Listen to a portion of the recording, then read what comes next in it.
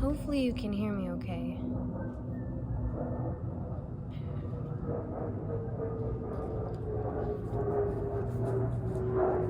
We'll wait till the plane passes. Whoa.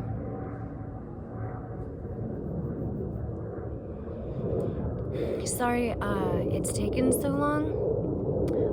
I don't know where time goes sometimes, but I'm here. Whoa.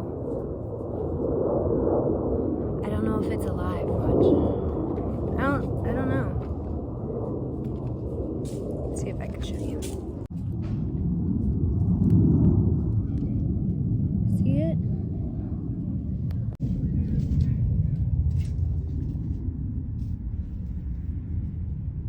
Looks like some sort of beetle.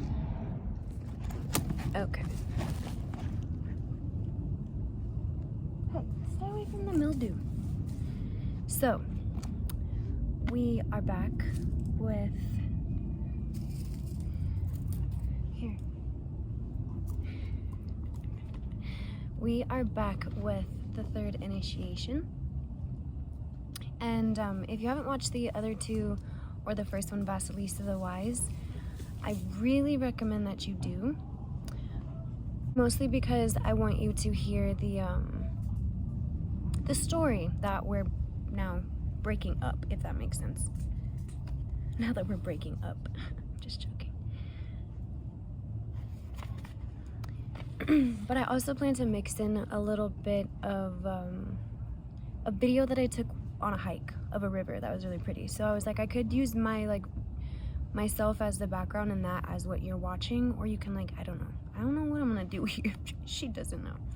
Okay, so I'm just going to start with our third initiation task. And if you have this book and you want to read along, that'd be pretty cool.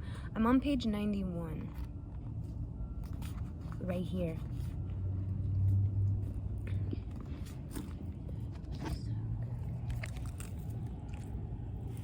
What you got there, princess? What the heck?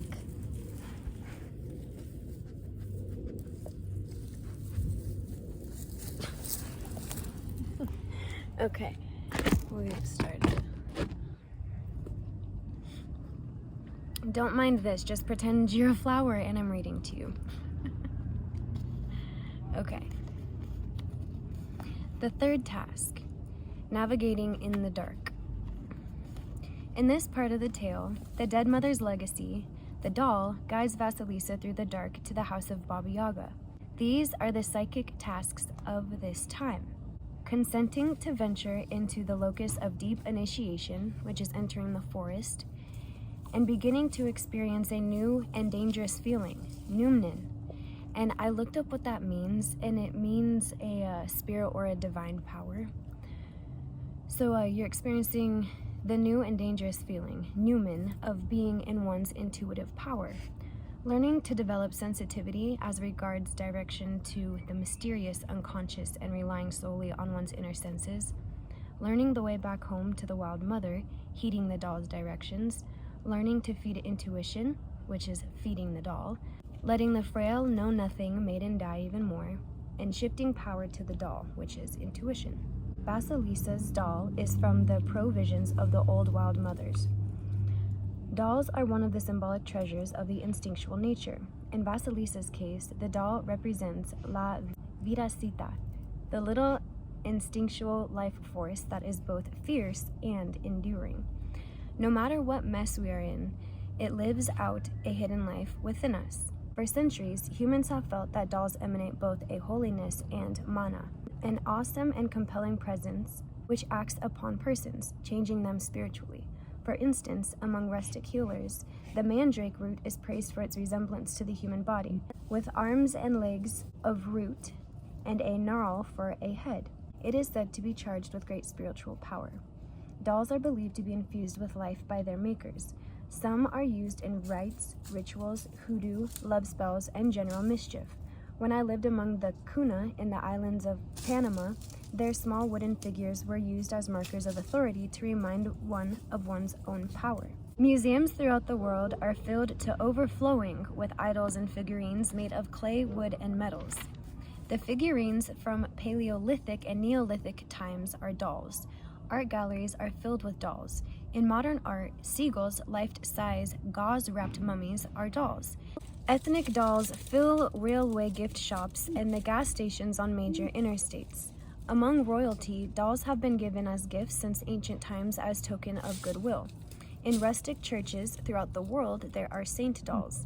The saint dolls are not only bathed on a regular basis and dressed in handmade clothing, but are also taken for walks, so that they might see the conditions of the fields of the people and therefore intercede with the heaven in the human's belief. The doll is the symbolic homunculi, which means little life. It is the symbol of what lies buried in humans and is numinous. It is a small and glowing facsimile of the original self. Superficially, it is just a doll, but inversely, it represents a little piece of soul that carries all the knowledge of the larger soul self. In the doll is the voice. In diminutive, for old la que sabe, the one who knows. The doll is related to the symbols of leprechaun, elf, pixie, fairy, and dwarf. In fairy tales, these represent a deep throb of wisdom within the culture of the psyche. They are those creatures which go on with the canny and interior work, who are tireless. Even the psyche, when we sleep, most especially when we sleep, even when we are not fully conscious of what we are enacting. In this way, the doll represents the inner spirit of us women, the voice of inner reason, inner knowing, and inner consciousness. The doll is like the little bird in fairy tales who appears and whispers into the heroine's ear, the one who reveals the hidden enemy and what to do about it all. It is the wisdom of the homunculus, the small being within. It is the helper which is not seeable, per se, but which is always accessible. There is no greater blessing a mother can give her daughter than a reliable sense of the veracity of her own intuition. Intuition is handed from parent to child in the simplest ways. You have good judgment.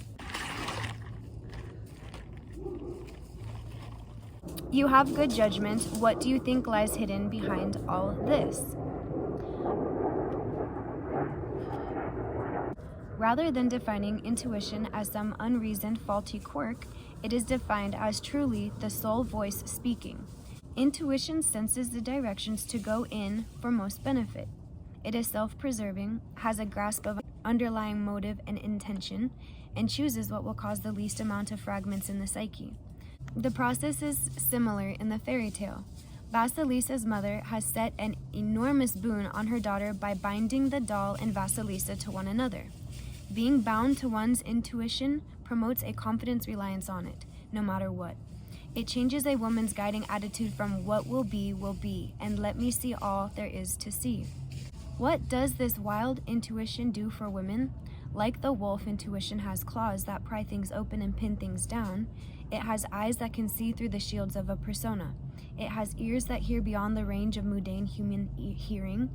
With these formidable psychic tools, a woman takes on a shrewd and even precognitive animal consciousness, one that deepens her femininity and sharpens her ability to move confidently in the outer world.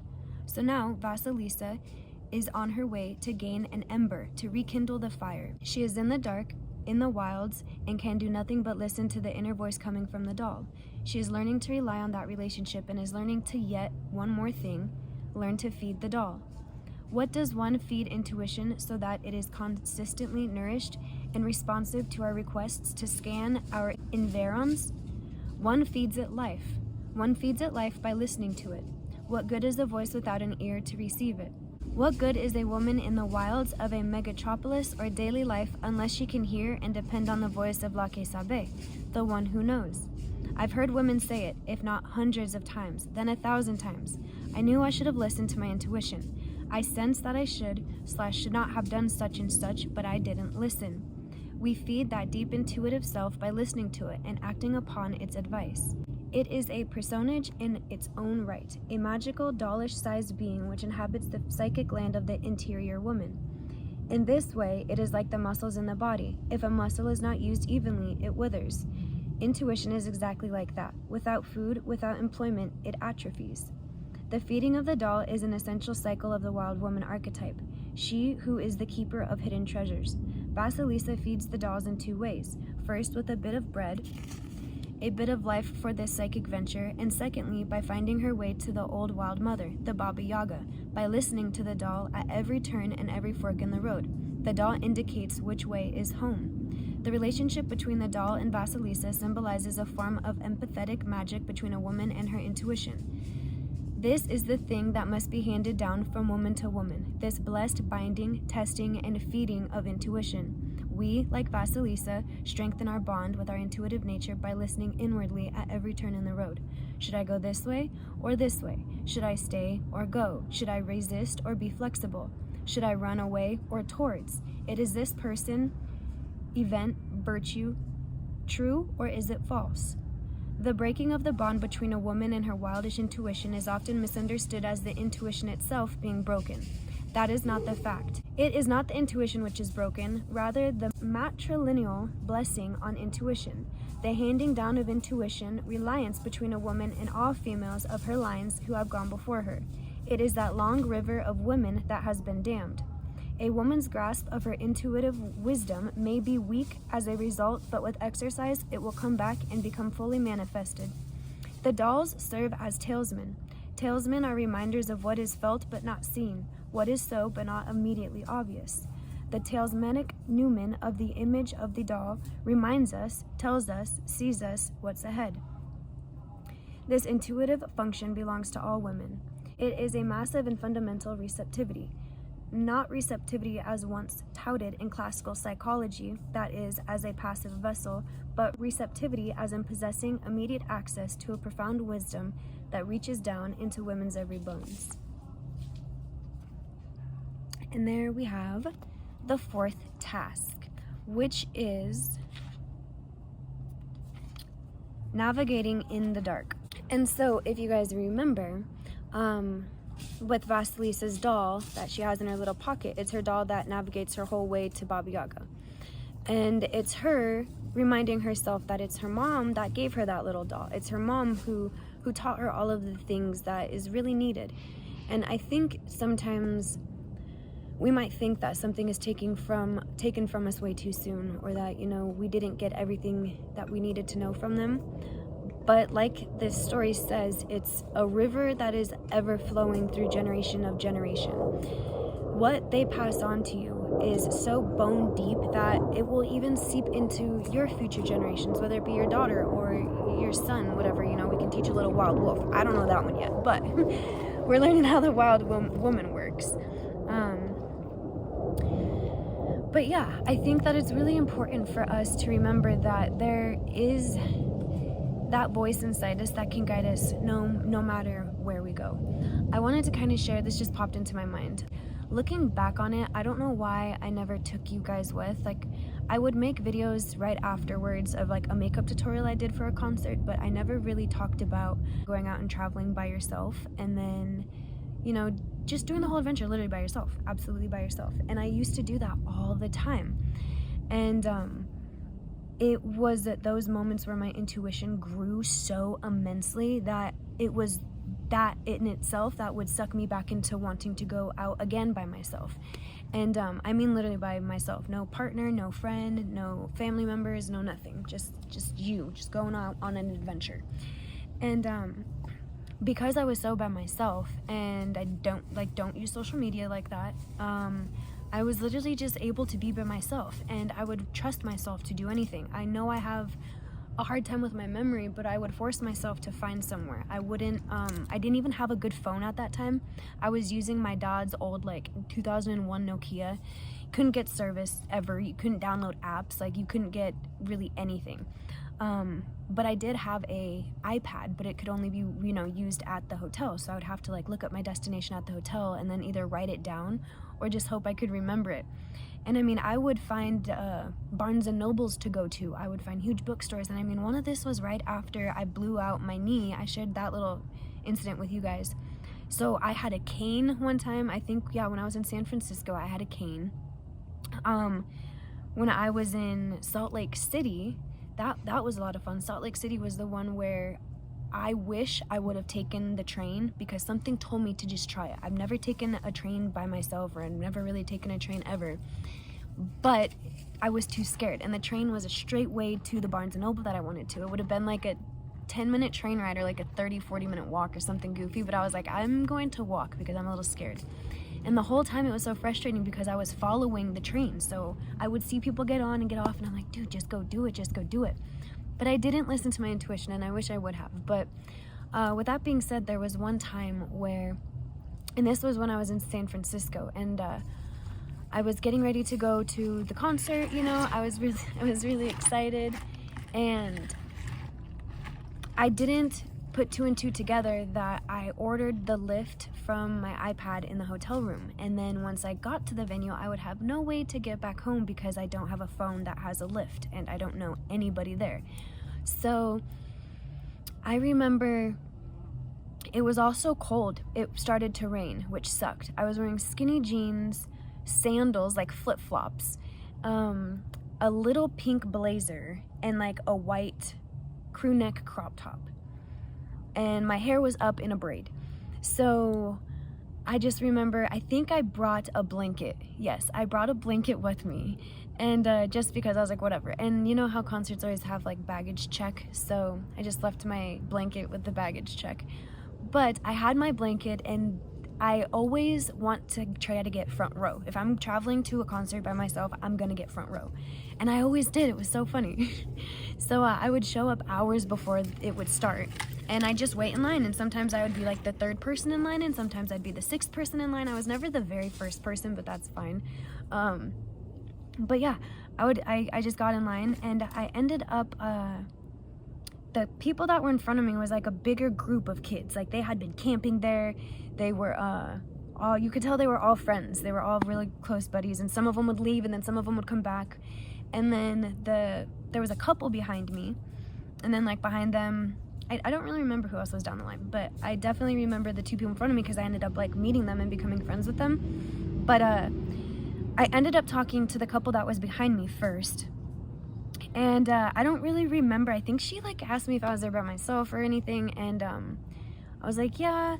And I promise, when you allow your intuition to start building, you listen to that little doll in your pocket, it will tell you when danger is arising. And what's even more weird is, and I know this sounds so crazy, but I swear there's like, so when you just start focusing your positivity and feeding your intuition and just trying to do what's best, it's almost like you have a bubble of protection around you. It's like all these guardian angels swarm around you. So every time, I'm not like condoning to be traveling by yourself because it's very dangerous, but I'm speaking from my personal experience that every time I have went, I have never, ever, ever attracted something negative. I've never had anything weird happen, as opposed to even one person like come up and be like, hey, you're cute, can I have your number? Like, hey, do you like trying to like dance weird? Like, you know how people are just sometimes weird at concerts? I've never had that. I've never had anything weird happen to me. And I think this is why it's so important to be on a level where you really know yourself and you can be very aware of your surroundings and what other people are doing. And so I think it's so important to people watch. My mom used to teach me to do that as a kid all the time. So anyway, I'm getting off track. So I didn't have any bad vibes anywhere. No bad vibe. No bad vibes. Bad vibes. Everything was real mellow. So I was just like, I started talking to them, and I was like, yeah, you know, I'm here by myself. And she's like, oh my God, that's so crazy. And I was like, yeah, that is kind of crazy. And so then, long story short, the girls that were in front of me, it started getting a little bit darker because I don't think the doors opened. They were supposed to open at like 8, but then they didn't open until like 9. And so it started getting dark, and it was getting a little chilly. And the girls that were in front of me were like, hey, do you want to come and sit in the car with us for a little bit and warm up? And I was like, oh my God, sure, that's so sweet. And I like almost felt bad because I was leaving the little couple, but they had each other. So I go with them, and we go get in this little car, and I'm in the back seat, and there's 2 girls in the front seat, there's 2 girls in the back seat, and they just start playing music, and we all know the music because they're playing music to who we're about to go see perform. So we're all just singing and like having an amazing time. It's so fun. Like I've never, like I didn't know these people. I might have heard their name once, but I didn't remember what their name was afterwards. But yeah, it was just cool. And I remember when I was in the car, one of them turned to me and goes, "What grade are you?" And I was like, "I'm a sophomore." Or I think I said I'm lying. I was like, "I'm a freshman." And she's like, "Oh, we're freshmen too." And I was like, "Oh, really? Where do you go to school?" And they were like, "Blah, blah, blah, high school." And I was like, "Oh my gosh, you guys are freshmen in high school." I didn't like say it out loud. It's like, this is so funny to me. I'm hanging out with literally like 13 and 14-year-olds. And I was like 20. Oh my gosh. Yeah, I was usually like 20, 21. And so I'm like laughing because I'm like, wow, well, you know, either I'm immature or you guys are mature. It's one of the two. It was really funny.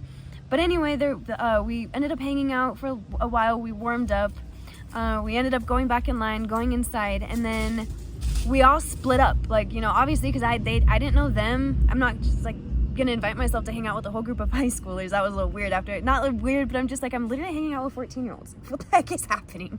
And then I didn't like know anybody else. So I get in line, and I remember one of the girls next to me is there with her mom, and then the 2 other girls next to me are absolute best friends, and they know every single song, even every single one of the like DJ songs that they were playing, because they were playing a lot of local music, and I didn't know like any of it. So I was like standing there. That's when it's awkward, when you're at a concert and you don't know any of the songs. Yeah, and you're in the front row. Okay.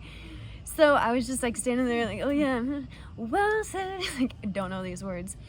And so, yeah, dude, the show goes on, this is that, and I ended up having VIP tickets, so I wanted to do a meet and greet. So I was waiting in line, and who do I see? I turn around and I see the couple, like I literally just turn around, hours have passed. I turn around and I see the couple that was right behind me in line, and I was like, oh, hey, like, what are you guys doing? And they were like, we have VIP too. I'm like, holy crap, that's so crazy. So then we like go through, we do the meet and greet. I'm before them, so when I'm walking out, they're kind of actually walking out at the same time as me.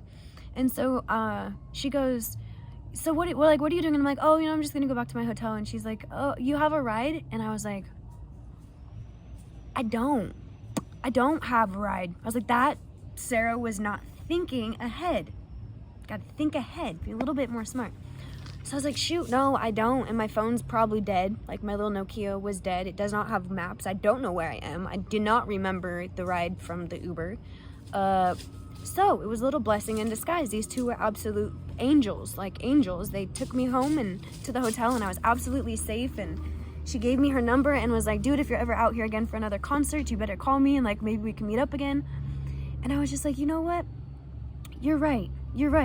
And it's following that little doll in your pocket who is telling you what feels right and what feels wrong. And I would have never had the little guts to go out and venture on my own if it weren't for my mom, for one. And for 2, her teaching me the ability to just be very alert and aware. And it's kind of weird because it's just odd. I don't want to go on a tangent, but I just think that it's very important for us to understand that sometimes when life gives a huge shift, like when you lose a loved one, and like how Vasilisa loses her mom, and when I lost my mom and when I lost my dad, it's crazy, it's turmoil, but you have to learn how to navigate through the dark, or you're just gonna stay lost and stuck in the woods and it's dark. That's not fun, you know? We want to get to Baba Yaga's house so she can even teach us even more and give us more wisdom and knowledge and help Vasilisa grow even more, the little doll in the pocket. Sometimes when we lose those people and we're thrown into complete darkness, it's scary as hell. I'm not gonna lie. It is very, very, very, very scary. But it's what's on the other side. Like when you get to the woods is calling, but what's on the other side? Well, one, there's Baba Yaga, and then the woods get deeper and deeper and deeper, and there might even be another Baba Yaga. Like, what if Baba Yaga's mom is living somewhere, and we're not ready for that yet? We're not ready for that initiation. But It might seem very, very hectic and very crazy, and it is, but it's that uncomfortableness that pushes us even further. It's creepy, but if my mom and dad would have never passed away, and some of the trips I did take, my dad was alive, but I know for a fact he would have never let me do those things if my mom wouldn't have gone. Sadly, sometimes, that's how it is when you lose a loved one. Other loved ones, start acting differently or try to kind of take on the role of both. I've had that happen. My dad used to tell me about that too. He's like, it's so hard to be a mom and dad, and I'm like, I know, I bet. So it's like, you could just be a dad. My mom did her thing. When you aren't pushed away from the people who literally put you into the nest to begin with, I promise you, the world will seem so small. It already does seem small. I promise you. Hey, do not start sniffing again. I would have never had those experiences, and then I also probably wouldn't have the little jump, like push in me that was like, go do it. I listened to the doll in my pocket that said, hey, you want to go to that concert? Go to that concert. You want to go by yourself? Go by yourself. Like, sometimes that's what I did. I didn't want anybody to come with me, so I didn't tell them. I just told my dad. And I'm so shocked he let me do that. Like, what the heck? It baffles me, but I promise you, I learned so much just sitting by myself. It's different when you sit by yourself and you're at home, or you like go to a park.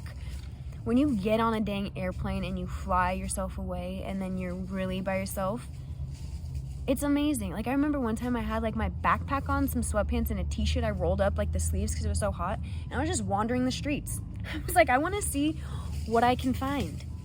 And it's so peaceful, and it's so interesting, the things that you wouldn't normally see being with somebody else. Like that little girl in your pocket, the doll, that's all you need, really. Like, remember my old video Friends, the Me, Myself, and I video that I did? You don't always have to have a sidekick to go travel out throughout the world. Sometimes it's a lot of fun to just go. You know what I mean? You'll never see those people again. Oh, Carly. Yeah, I have so many cool stories that I've never told you guys, and I don't know why. I never brought you along. But, yeah, I really, really do just see what it's like to do things by yourself. See what it's like to go to a restaurant by yourself. I remember when I was in, Salt Lake City, I went to a little every day I went somewhere different, but I went to a little Mexican restaurant. I just ate by myself. Like, I ordered what I want, threw a book on the table, and started reading and highlighting stuff. But, you always have this doll that is in your pocket, and you are always left with at least something. You are always left with something. Whenever you meet somebody and then they pass away and move on, you are always left with at least something. And that little something can be used to either feed the doll or to help push you into experiencing a whole bunch of different other things. But just staying cooped and quiet and pretending that Vasilisa isn't there, or scared she left and went away, like it says, it's never lost. It's never ever gone. It's impossible for it to disappear. So, like a plant and like the power of a seed, you just have to water your garden. And you have to water the doll in your pocket. You have to feed her. You have to tend to her. And don't get caught up in all of this crap that will try to fog and like place weird filters and like screens in between you and your doll. Yeah, we don't need to be worried about anything except helping others, right? Doing well for others. I literally read the other day that 91% of your thoughts should be nothing but thoughts of how you can help others. And if you are thinking anything above 10% about more only yourself,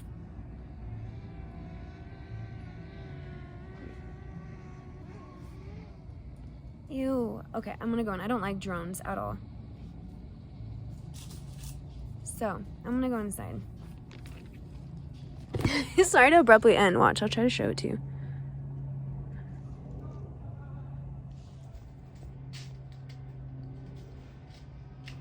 Go away, drone. Go away. You are no bird in the sky. I hate drones so much. Like, do you really have nothing else to do with your time than like spy in other people's backyards? I'm sure that's not like, that's not the intention, but still. Get on an airplane. I'm just joking. So, anyway, yes, just feed yourself, feed your doll, tend to your garden. Yeah, read a lot, teach yourself a lot. Surround yourself with good things. Huh, Mom? Say, we surround ourselves with each other. And you're always sneezing. But yes, as long as you got Vasilisa in your pocket, you're gonna be fine, I promise. And there's a million other wild women out there who are ready to teach you things and who want to help Vasilisa grow as well, because there's some things that one doll knows that another doll might not know yet. So yeah, just keep your ears open. Don't have a firm set of beliefs, because if you have a firm set of beliefs, then nobody can like tell you anything, and your doll's just like stuck in a box. And she's like, dude, I'm trying to like think outside this box, but you won't let me. So yes, allow Vasilisa to be outside the box, allow your brain to be outside the box, and allow yourself to be outside the box of your home and bedroom and car. Just go out and run and scream. Like, why not? All of us want to do that. I promise you. I want to do it. I just know I can hear people, and yeah, that's about it. Yeah. Okay, I'm gonna go. Toodle-doo from me and this jumping spider. You are heroic. But are also taken for walks so that they might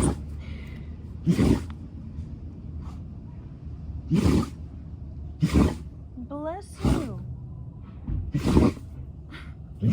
Crew.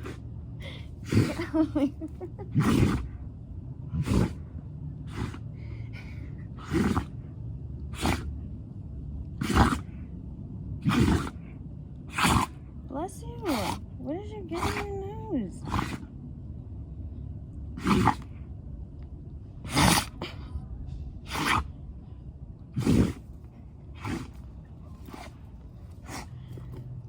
What did you get in there? Huh? Let's get that up.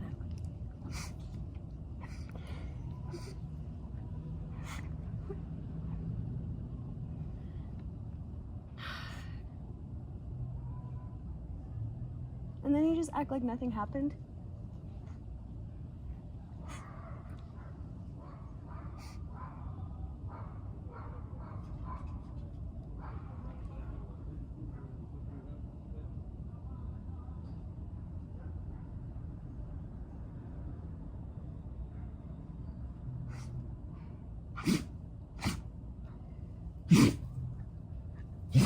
Akari.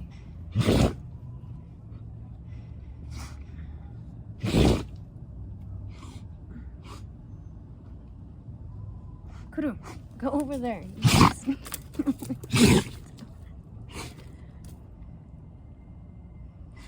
Kuru, let me see.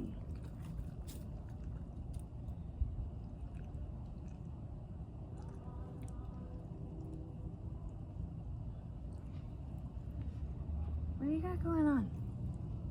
Hmm?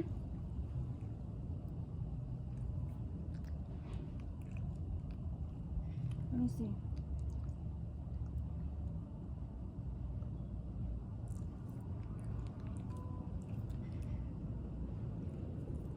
What the heck was that? Are you okay?